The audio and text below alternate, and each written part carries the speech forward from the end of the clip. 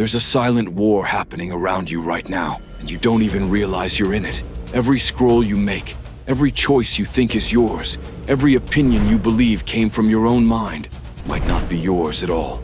Because someone, or something, has already planted that seed long before you ever thought it. This is not a conspiracy, it's psychology. The human brain is predictable, programmable, and profoundly easy to influence. Every emotion you feel, every habit you repeat, every decision you make, all of it can be designed, shaped, and directed without your awareness.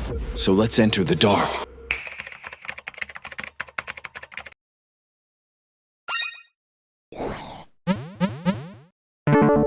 The psychology of manipulation. Every manipulator understands one fundamental law. The human mind is driven by pain and pleasure. We move toward pleasure, comfort, validation, safety, and we run from pain, rejection, fear, failure. Now imagine someone who knows exactly which emotions drive you. They can pull your strings with terrifying precision. This is what we call emotional conditioning, and it's the foundation of modern influence. Think about how social media works. The likes, the notifications, the red icons, they're not random. They're engineered to create a feedback loop of dopamine. Every tap rewards your brain, and every pause punishes it. You scroll endlessly because your brain is searching for that next microdose of validation. It's not your will, it's your wiring, and this is where the darkness deepens. Influence doesn't always take your attention by force. Sometimes it earns it through trust. We believe the people who mirror us, the ones who speak like us, dress like us, share our opinions.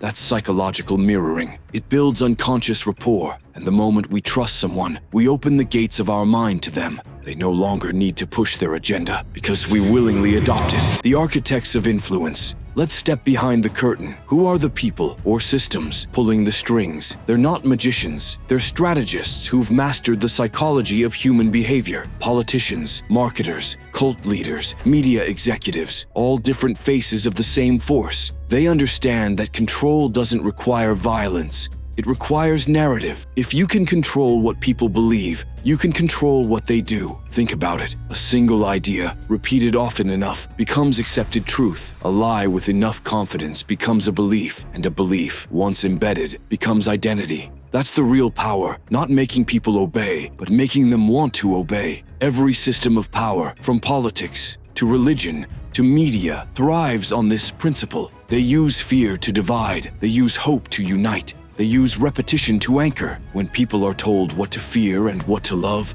they stop thinking for themselves. They stop questioning, and that's when the system wins. But there's another side to this. The personal manipulators, the people in your life who twist emotions to keep control. They guilt you with silence, flatter you when they need something, or act like victims when you pull away.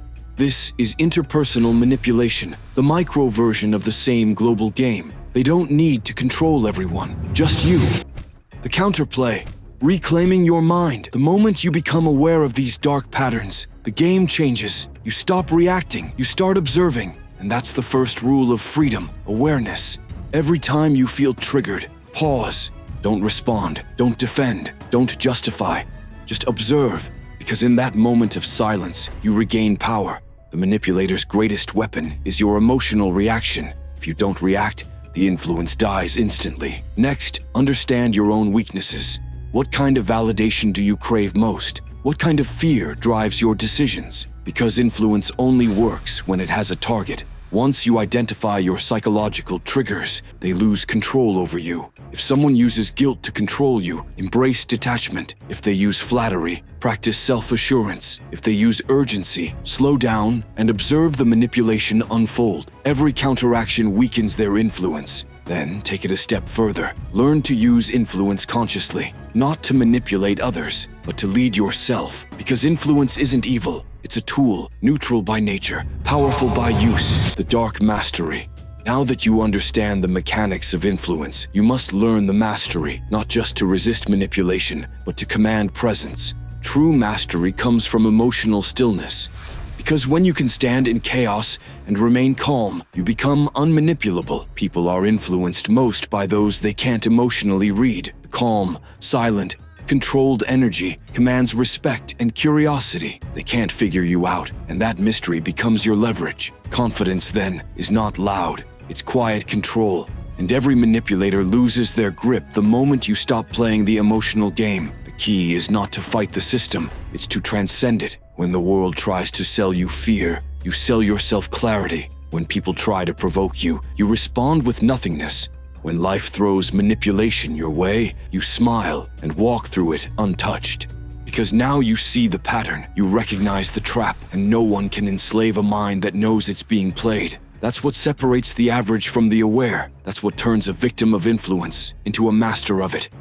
The world you live in is built on manipulation. Every system, every screen, every interaction carries an agenda. Most people will never escape it because they never question it. But you've seen behind the curtain now. You understand how attention is stolen, how thoughts are guided, and how emotions are weaponized. And that awareness alone is your liberation. Don't hate the manipulators. Don't fear them.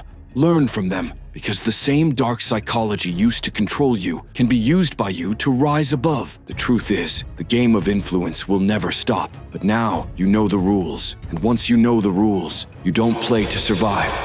You play to dominate.